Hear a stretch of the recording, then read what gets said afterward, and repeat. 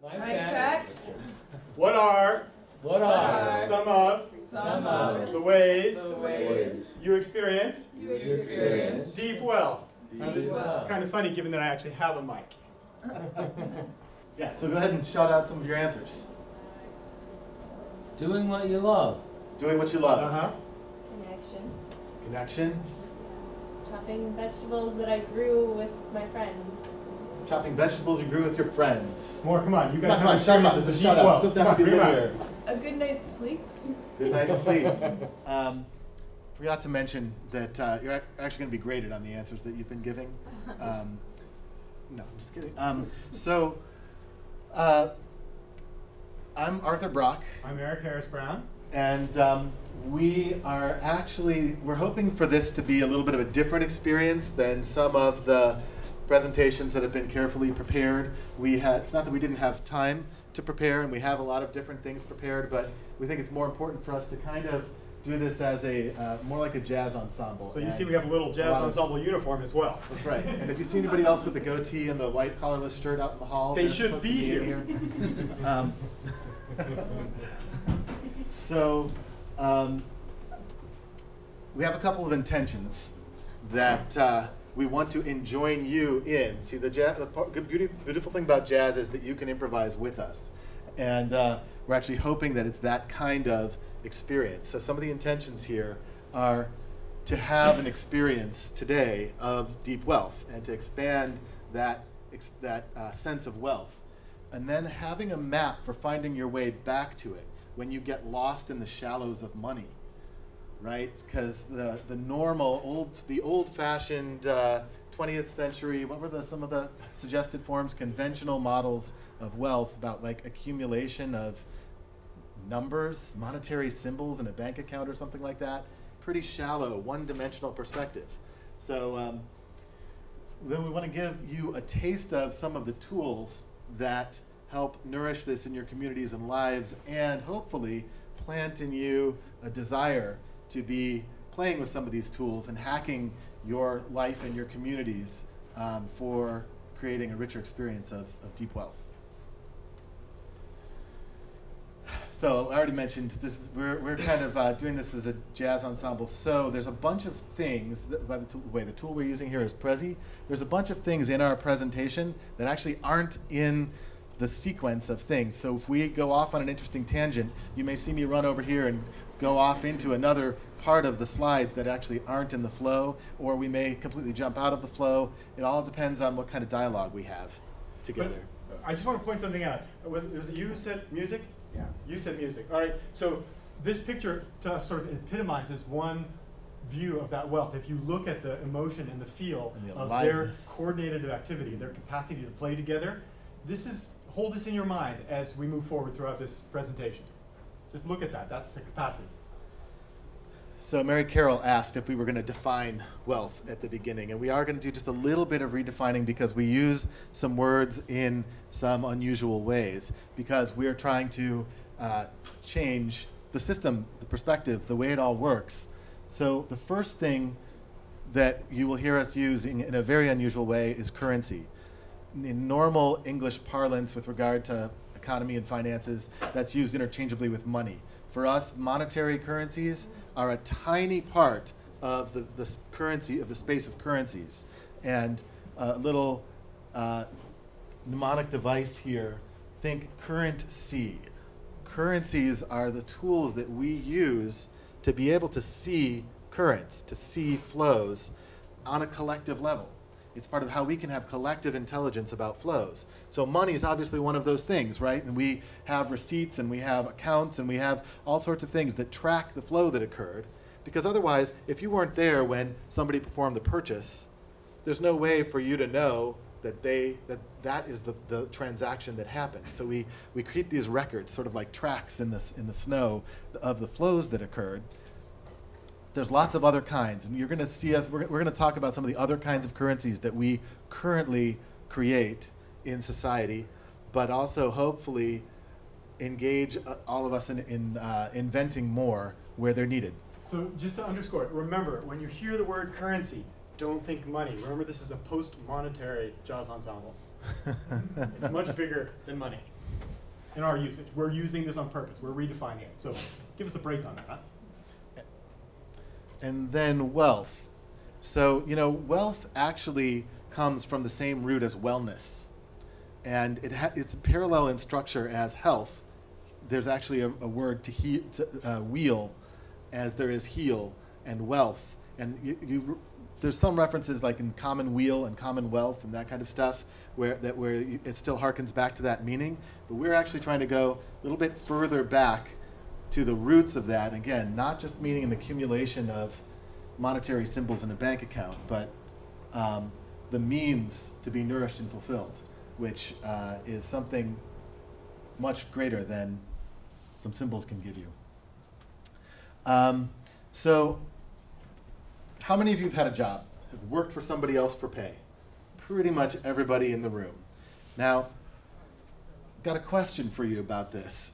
I've got a couple questions. One, did you ever have the experience of having value that you wanted to provide that you weren't really able to through the job?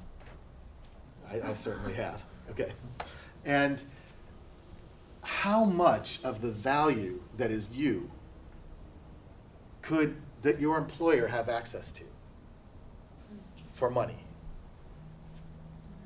How much? Little tiny fraction, right? I mean, of your creativity, of your love, of your relationships, of your passions, you know, what you get through a job, what you can buy with money, tiny little part of the picture. This is, oh yeah, sorry, we made it, we have an image for this, right? So here's the little thing of what the job wants from you, and like here's more like what you've got. And there's this tiny little blip down here of what they can actually access. And the thing that we want you to think about is really that's the way the whole economy works. What we can access through money is like this tiny little blip of the deep wealth that we actually create and can experience together. And one of the ways that I think about this is that we're actually hiding a mountain of wealth behind a molehill of money. And so when we were talking about a map to get back if you lose your way in the shallows of money, this is part of hopefully a way to remember that mountain of money. Peek up above that molehill and see the mountain. So one more example. That was a personal example where you can experience that you've got so much more to offer than a job asks, right?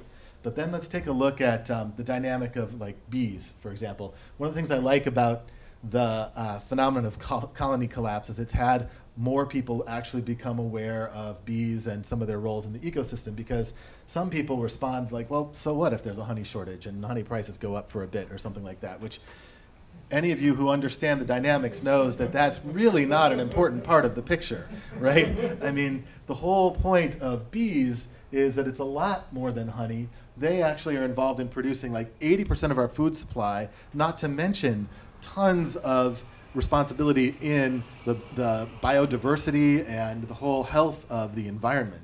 So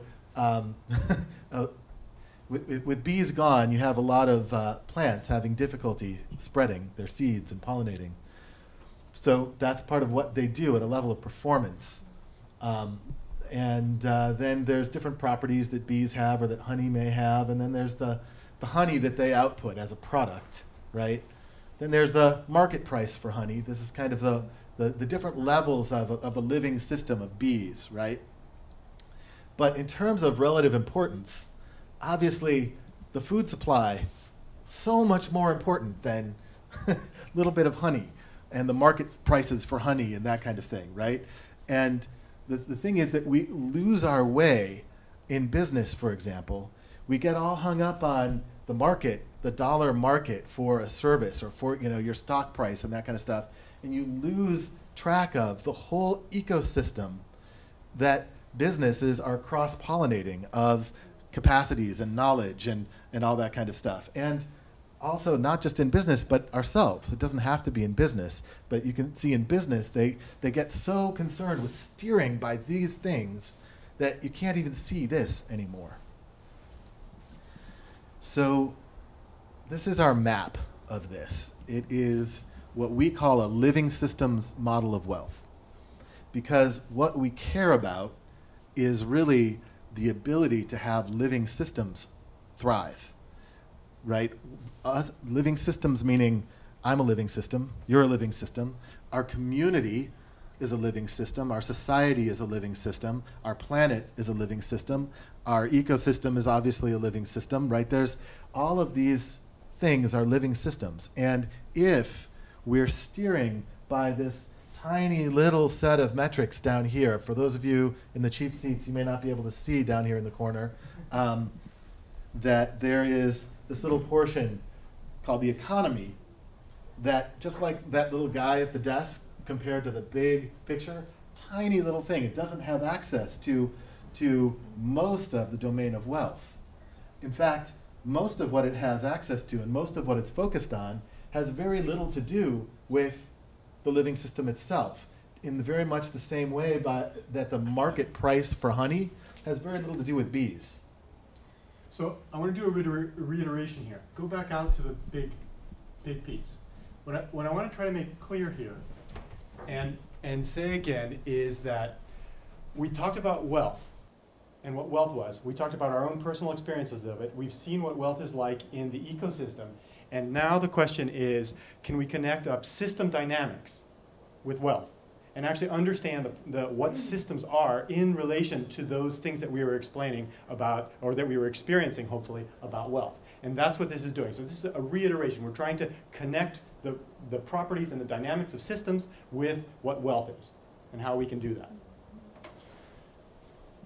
One of the things that you're hearing a lot about here this weekend is systems change, right? But how can you change the system, the economy, the economic system, if you don't have a map of what a healthy system to change to would really be? And if we're arguing over things like, there are people who have figured out a lot of things about the economic system, about the way, for example, that it's rigged. It's rigged in favor of certain people, and you have certain privileges. Certain people have privileges, like we all can create value, but only certain people can create money. And they end up being able to use that privilege of creating money to manipulate and control the value that we all can create, right? There's things like that where you can see the dynamics in the existing system, and you can really get hung up in fighting those dynamics and in thinking that, well, we have to change who can issue the money, right? Because if we change who's issuing the money, that's going to somehow give you access to all these other things. But it won't. As long as what we have to measure with is this totally inadequate, reductionist, one-dimensional balance in a bank account kind of thing, it doesn't matter who issued the tokens that balance is of. It won't capture all of these other dimensions of wealth that are vital to all living systems. So jump into it. Let's go to the different dimensions of systems and how they relate. So let's take us as a physical entity for a moment and just give an example. I mean, the bees level this was honey. That's a byproduct that they can produce, right? And us as humans, this is like the labor that a company buys from us, or our expertise, or can be physical things as well, like you can donate blood or plasma or something like that, right? So let's stick with blood for a moment. This is the level where if you have adequate nutrition, you have the capacity to produce more blood than you actually need, so you can donate blood. But at the level of properties of systems, this would be, for example, your blood type. The blood that you donate is of your type, but you can't ever trade your blood type.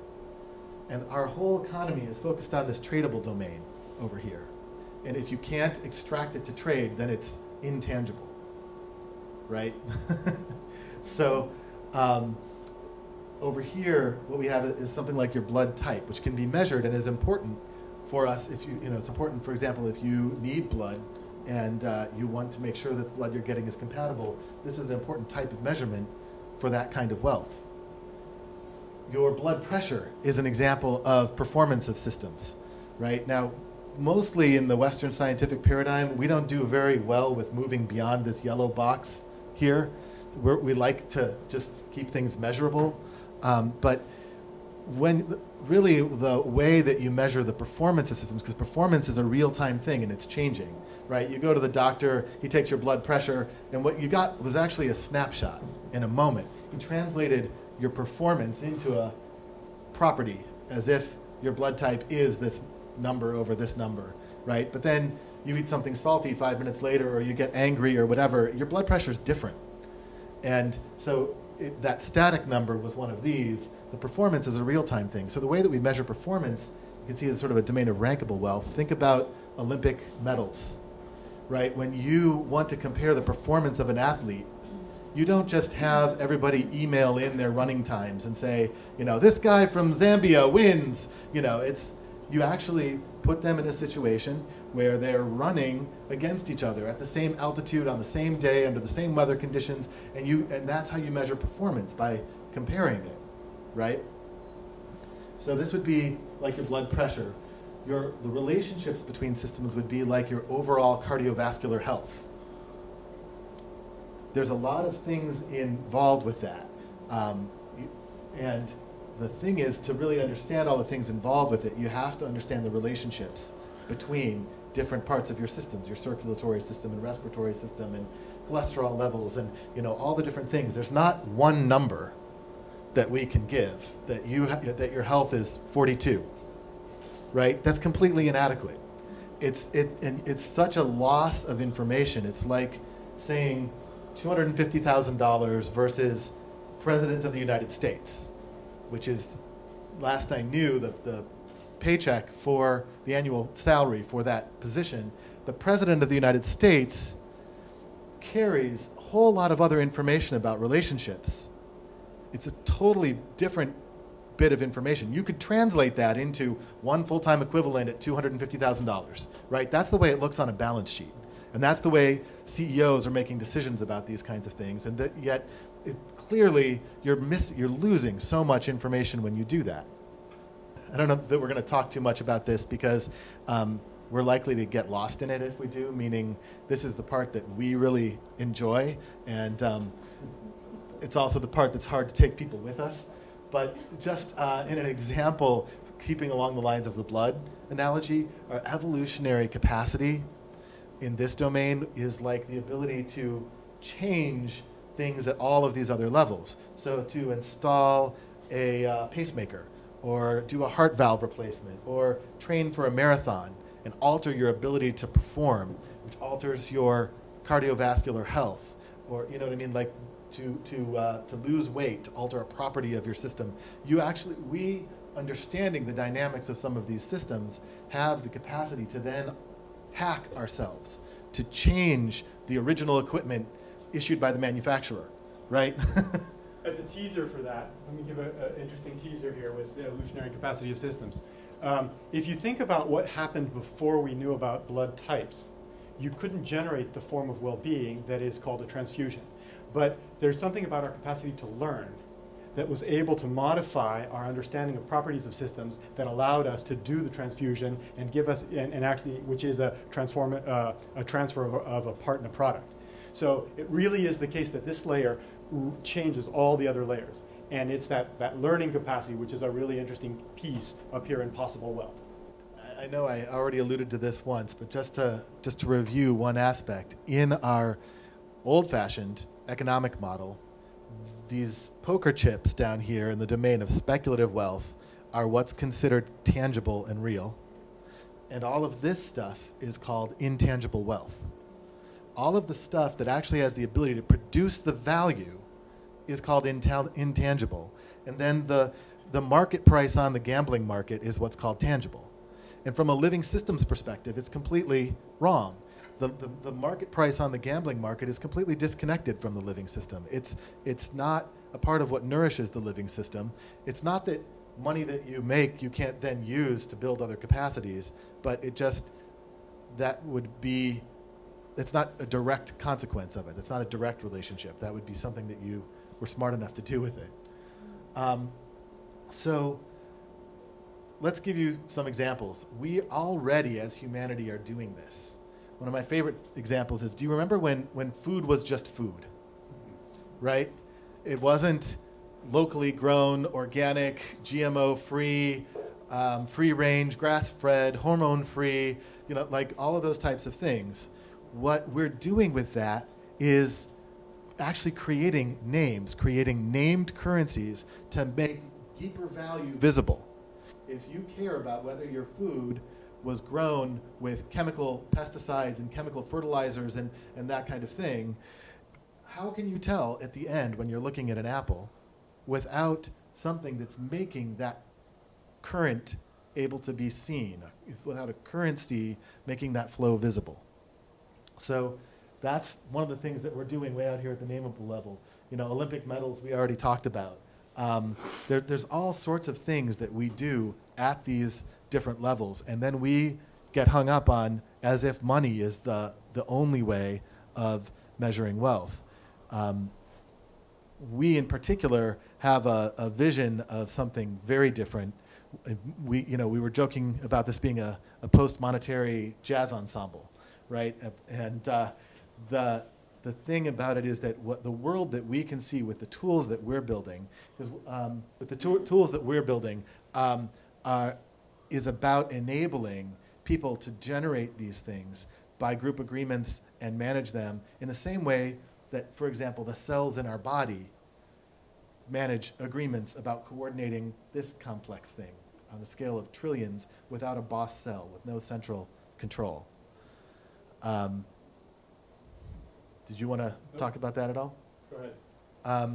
So remember that weird domain of possible wealth? One of the things that happens out at that layer that is, for example, a really vivid example, DNA, right? Cells, the ability for cells to organize at the level of complexity that they currently do for our bodies to operate required the development of a particular language, of a particular collective capacity. And we call part of that capacity DNA. There's actually more parts of the language that they speak, right? There's different hormonal signals and chemical signals and things like that they also use to communicate and coordinate, and electrical signals. But in order to build something like this, there's an instruction set, and each cell carries a copy of the set of instructions. So it's able to be completely decentralized. The Metacurrency project, which we haven't really mentioned, but is the thing that Eric and I are both working on, is basically that set of tools to enable us to do that same kind of thing, to make sets of agreements and embody them in currencies, and then be able to have that operate on a distributed basis. And now I think what I want to do is try to open to more dialogue and see where you want to go with what this. Are you indicating that So Scepter is a technological infrastructure that we're building, okay. whose purpose is to be that kind of language for the creation of embodied agreements. In other words, social DNA. So I think what we've done is try to take you all the way from this place of what it feels like deep wealth is, and show a map that relates wealth and those experiences of wealth that we have to how systems actually are. Systems actually do have parts and products. They do have properties. They do have relationships. That's real out in the world, and we need to be able to hold on to that. And the question then is, how do we, as human society, build tools around that reality and actually embody our measurement systems and our ways of interacting with each other so that we're pointed at that map. So we've put that out for you, and I think Arthur's right. It's time for dialogue. Tell us, what are you hearing? What are you seeing? What questions arise for you?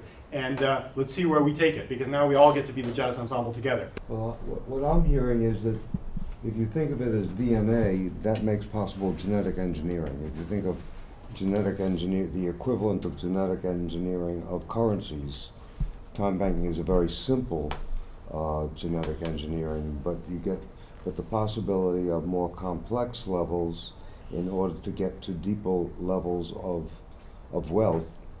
We're not into the equivalent of music or symphonies where maybe we got two players, and then as you begin to put time banking together in different ways with different initiatives, then it's not just neighbor helping neighbor, It's in fact really rebuilding a whole organic community, and that organic community will have centers of activity, and that's part of what I'm hearing is playing with is figuring out what the DNA is that makes different levels of complexity possible. So Edgar was just saying that if this is a kind of DNA, then it makes it possible to do different kinds of genetic engineering. And I want to veer away from looking at it only as generic engineering, because DNA without genetic engineers in a scientific laboratory creates many different designs, right? There's not just humans. There's tons of different forms of life. And in fact, when DNA was early on the scene, there was a whole explosion of experiments, right? The whole Precambrian explosion of different genetic life forms, most of which didn't last all that long. But I think we're on a similar kind of cusp where we will create lots of new kinds of social DNA, lots of new kinds of collective ways of working together, and we're in this process now. Many of those may not be lasting forms that we decide really were the best configuration, but understanding what that composability is at the level of our social DNA, what things we can change in our dynamics for dancing to wealth together, makes a big difference. And so that's, again, why we're building the tools that we're building.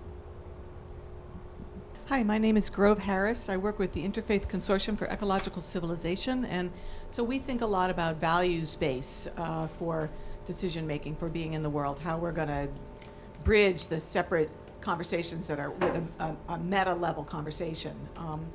And when I look at this, and forgive me if I've missed a beat, I guess I have two sort of thoughts. Is I'm not sure where the value that I hold of nature fits in. So I've been enjoying lately ecstatic experiences of smelling the trees and flowers in our overly moist atmosphere this spring. And I don't know how to put that in as a kind of wealth. It's certainly a kind of pleasure. It improves my day in a very big way. So that's one piece of it.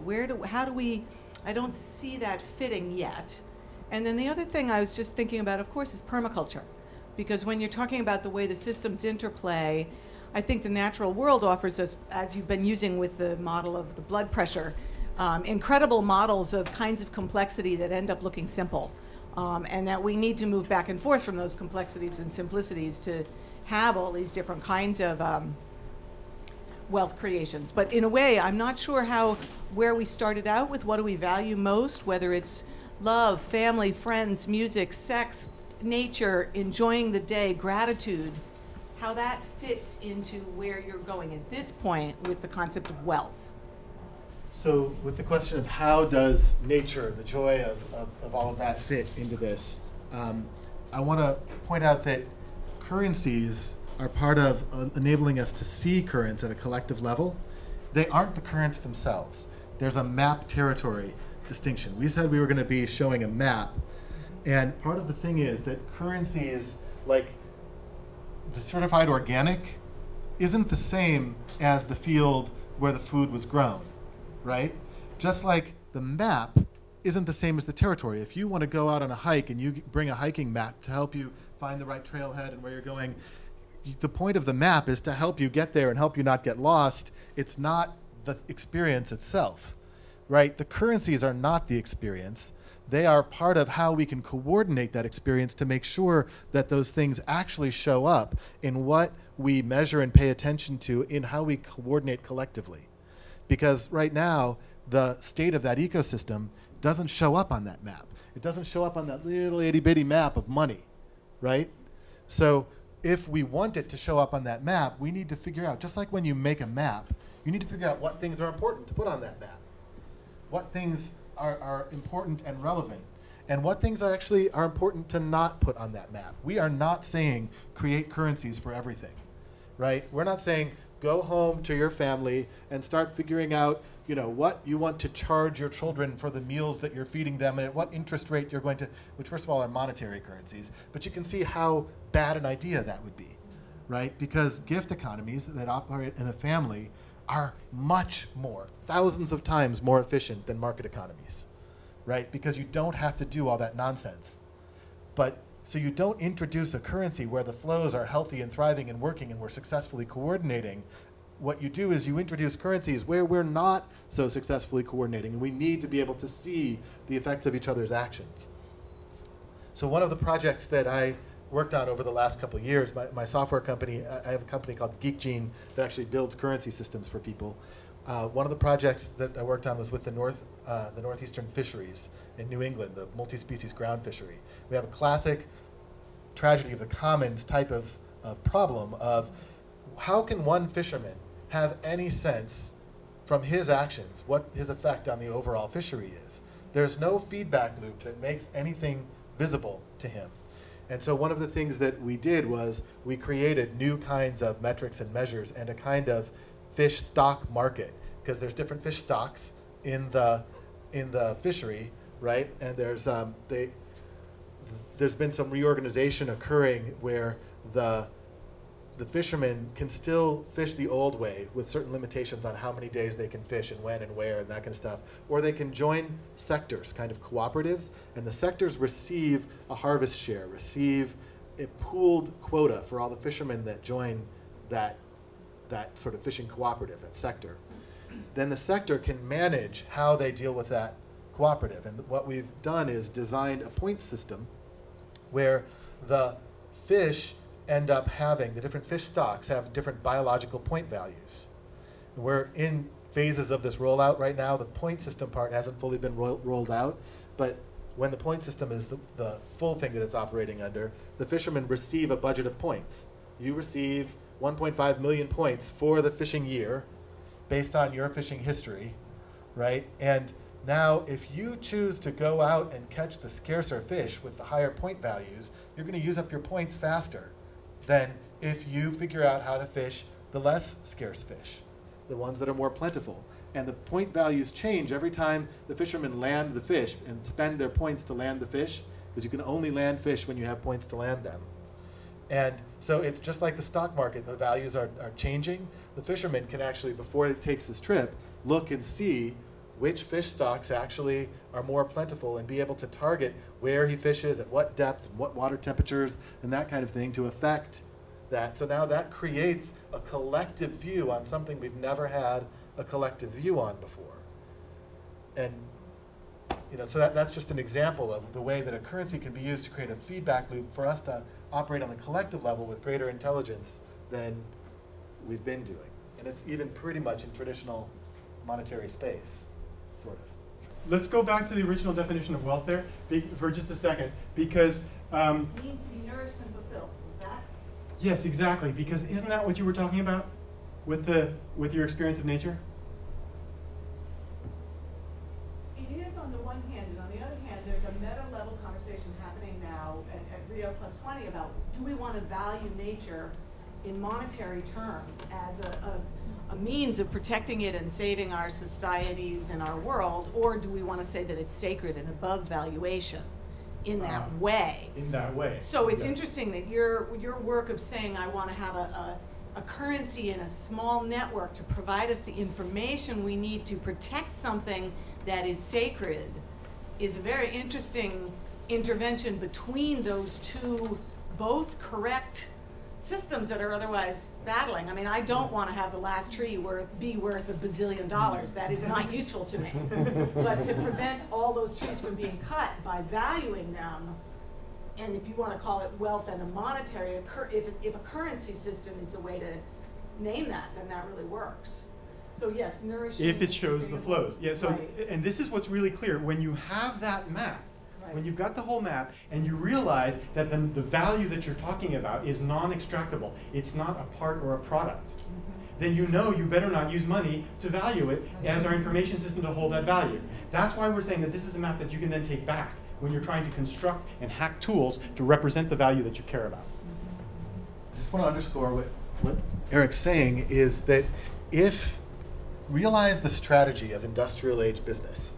The strategy in industrial age business has been, the primary success strategy has been enclose some bit of value and charge for access to it, So for example, if I can buy up a lot of the rainforest land and have the only sources of hardwood on the planet and release a genetically engineered virus to kill all the rest of the trees on the planet, imagine how valuable my trees become, right? So if you start putting nature in those types of terms, you start making it subject to those kinds of strategies. And it is. So I would suggest you don't want to use the same one-dimensional flatland currency to try to measure the different levels of value. It's completely inadequate. I was wondering if we could go back to the map. I was wondering where we would put the happiness index, just so that I would be able to understand the map a little bit better. Well, actually, one of the important words, so John was asking, where do you put the happiness index on this map? And I think there's a number of different types of happiness indexes, but in any case, one of the key words in there was index, because what it is actually, it's a collection of indicators. So for example, your credit rating is a collection of indicators. The Dow Jones Index is a collection of indicators. So what you're going to find is that the happiness index has some indicators in different places, and probably far too many still in some of these domains with what we're used to measuring, because we haven't created enough ways to make them visible at these other layers. So one of the things, because that's what we have data on, right? What we've been tracking is largely the stuff in this domain, is tradable wealth. Like even when you measure something about, well, how educated are people? You're looking at the college degrees that they bought, or right, or that type of thing. You don't actually know how educated they are. Let me phrase it a little bit differently. In my work, I talk about unmeasurable wealth, all these intangible things that are really important. And so now I'm looking at this and I'm going, okay, let's not call it unmeasurable wealth. You guys are suggesting that we could somehow measure or represent the flow of happiness or connection or love or whatever in some way, so that you would be able to look at it in a system. So rather than thinking in terms of unmeasurable wealth, I'd like a little bit better sense of what sufficiency, vitality, identity, and connectivity and conceivability do. Let's say that we want to increase the happiness in Great Barrington. What would we need to do so that we would be able to have an objective feedback or measure of something that's unmeasurable in the way we usually think about it? I kind of want to sidestep the question a little bit, Okay. because what I want to do is I want to piggyback on the index thing, and I think Arthur will probably answer your question directly, but what I want to piggyback is on the index piece and the collecting those things together, because the thing that, can you bring up the currency ones again? The thing that each one of these currencies are, remember from our currency definition, was a formal information system, right? What's the formal information system part about it? Formal symbol system. A formal symbol system. It is a way of actually embodying an agreement system and making it embodied and real. And that's one of the real, the distinctions between your index that's centrally produced and a way of coalescing these things that would be distributedly produced so that it builds the value together. Can we give the Occupy example? Yeah, okay, that's a good example. So at Occupy, one of the problems that they had was that people were not sleeping very well. At Occupy, literally down on Wall Street. On Wall Street. So we were talking to them, and we were asking, they were talking about, well, what kind of currencies could we use outside of the domains, of the monetary domains to produce value? And we were having this discussion. And we said, well, what's one of your problems? Because you want to solve a particular problem. And they said, well, you know, it's really hard to sleep because some of us work during the day and talk to people, and other people party at night, and they're loud and we can't sleep. And so one thing you could do is you could create a survey. You could create an index of sleep, and you could go around and ask people and have a central authority, have the General Assembly go around and survey them, and then produce a report, which is your sort of sleep index, and then try to take action on it. But the other thing you could do is every time that people went by for the meal, they could, for breakfast line, the lunch line where they were giving out food, they could take a little coffee bean and drop it in one of three buckets, one that's red, one that's green, and one that's yellow, indicating your state of sleep. And so that self-created index, by the time you look at the buckets and see what the levels are, everybody knows how everybody's sleeping. And it becomes an embodied symbol system with a formal way in which the food people issue the coffee bean that you get to contribute and put into the buckets to see where the overall state of health is. I'm saying that to try to get this across the notion of an embodied action, an embodied process that gives you access in a collective way that we all participate in of the well-being the particular well-being that we're talking about. Just to piggyback on what he's saying, though, because we all know that you can lie with statistics, right? We all know that if you did this sleep index through writing some survey questions and then having a few people go around and figure out and get a sample of who that they want to survey about it, and then you bring back the results from the sample, and then you make your conclusions. You all know that there's levels. At each one of those levels, you're basically skewing the data, right?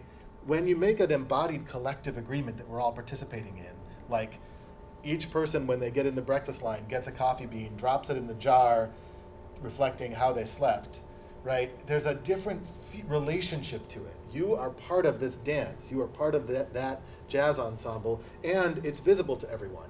The whole process of collecting all that data in the index is invisible, right? And so you don't really know how much you want to trust the process or what kind of biases got introduced. But you were a part of making the agreements of, hey, let's do this drop the coffee bean in the jar game, right? And so now there's a whole different relationship to it. And that relationship is actually one of the levels of wealth, right? That relationship actually alters your participation, your belief in it. And now, if you can see that the red jar is piling up, it naturally becomes a topic in the General Assembly because, and look, we have to address the well-being. We can't sleep here.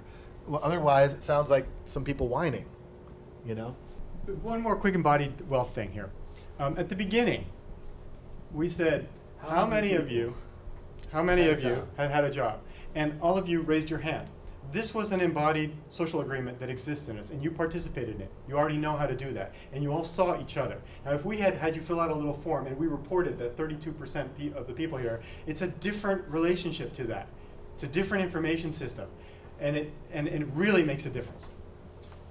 Just one key part that I was picking up about that example with the coffee beans is that there's a time element to that too. So you can rank how well people are sleeping each day, and then you get the more immediate feedback with that system of like, oh, okay, so there was less partying last night. That had a positive effect on how people were sleeping.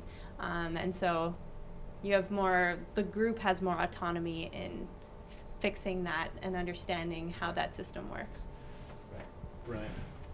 A question I'm having, I guess, is sort of the barrier to understanding for me is when I think currency, then I think trade. So I think, okay, like you've named this thing, there's this information, and then how do we trade it? But obviously in this model, there's so much outside of the tradable wealth. So I'm wondering, when you create a currency and the goal of that currency is not to trade it, kind of like how it works, and I don't know if that makes sense. That's a question.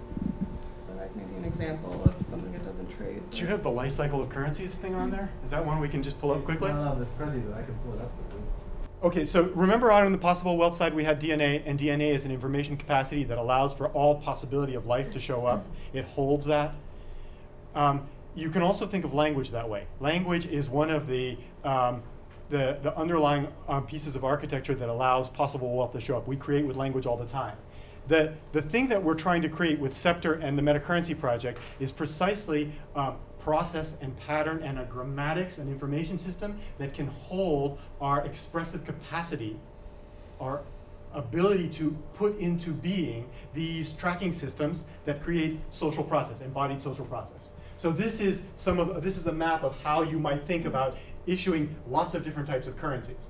But this is just for the token side of the currency, the actual currency units. There's rules about how they're issued, how they're transacted or whether they're transacted, how they co-function with other currencies. So think for a moment of a currency constellation that you were all probably familiar with, right? I mentioned earlier a college degree as an indicator of education, right? Because that's one of these symbols that we've made. It's a reputation currency that shows up on our map. So when we make indexes about education levels, that's one of the types of things that we look at, right? Is degrees granted, because it's an indicator that a particular body of knowledge was attained, ish, right? So, but think about, so there's ways that it's issued. You can't write your own college degree, right? So there's authorized issuers. There's rules about how it's transacted. In particular, you can't transact degrees. We can't trade degrees. Most good reputation currencies ought to have a big X through here and say you can't transact them. Because if you can trade in reputation, it stops being useful reputation. If you can buy it instead of having to earn it, and if you lose it when you use it, right? So you can use a college degree to get into an advanced degree program, or to qualify for a job application, that, a job opening or something like that, right? Or even to have high status and get into certain parties. Yeah. But you don't trade the degree when you do that. It's still your degree. It doesn't transfer ownership. It's not tradable wealth, right? But it converts or can co-function with like being able to get into an advanced degree program. So there's rules about that type of thing. And then there's also issues about it being retired. Universities can actually revoke a degree if they found out that you cheated or something like that. There's even rules about being able to be stripped of your degree. So the thing though is that a degree is just one part of the picture. How do you get the degree? You fulfill the degree requirements. You get 12 credits of this and 15 credits of that and 25 credits of this, and right? The credits are a unit of account currency that are just counting the credit hours of classes that you took in these different categories. And they're issued by? They're issued by departments. The universities issues the degree, essentially. The departments write the course descriptions and figure out how many credits it's going to be, and they issue the credits. But the credits only count if you get a good enough grade. The grades are a performance metric currency, and those are issued by professors, right? So there's a way in which these three currencies function together in order to be able to get a degree, and what they do is they allow you to shape the currents of participation of students and be able to see that flow of education that occurred on a balance sheet called a transcript. Now, this isn't to say that this is a good currency system, right? There's a lot of flaws in it, but it is one, and it really shapes the flows powerfully. And it shows how we do this on collective levels, on larger scales. So we already do some of these things. So you ask, why do we need to build tools that help with this process? Back to your question about these unmeasurable things. First of all, remember, measurable, we're saying, is still a small. It's just the one right outside of tradable. That was my point. I think you're trying to give us a way to measure the unmeasurable so that it can influence our behavior on the basis of our initiative. To see the If value. I get the right feedback, right, Yeah.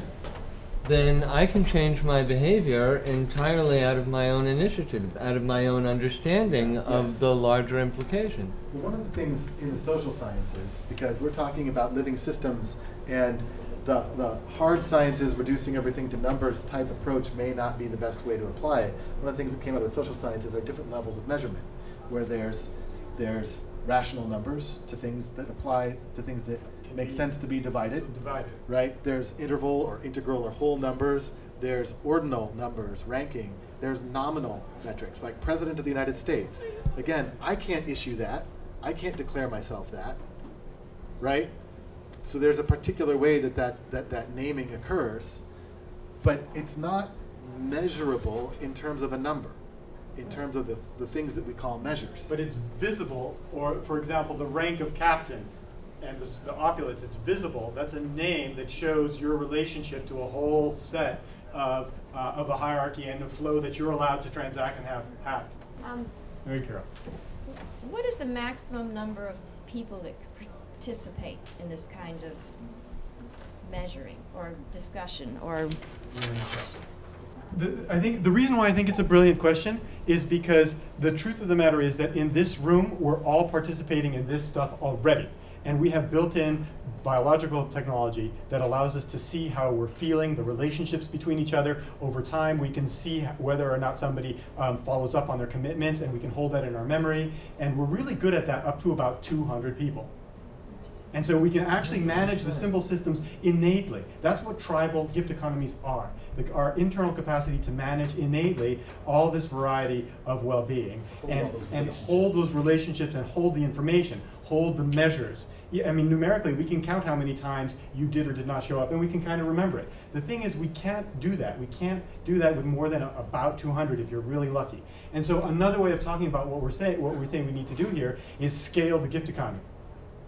Scale the tribal, the original collective intelligence that we have. We need to bring that to scale because we live on the scale of the whole planet. We managed to actually coordinate using hierarchical processes and the numerical stuff. That's amazing. Look at how far that takes us. But now we got to go the rest of the way and bring our experience of well-being that can occur in the gift economy, we've got to bring that to scale, which means we need a new language. We need a new underlying expressive capacity to hold our capacity to hold those formal information systems that reveal the well-being that normally in your jazz band at the very beginning, everybody can play and see the whole. We all know what melody we're playing. We need to be able to hear the melody we're playing through information system feedback. But you have other kinds of measurement systems, like academic grades, like health indicators for diabetes. So there are all kinds of symbols that we use to measure all kinds of experience and well-being. Yes. And just pointing out there's all kinds of them. That's why we were showing a whole bunch of them on the map. But one of the things we don't have is we don't have a recognition of those being shaped different forms of the same thing. And we also don't have a means for them to interoperate.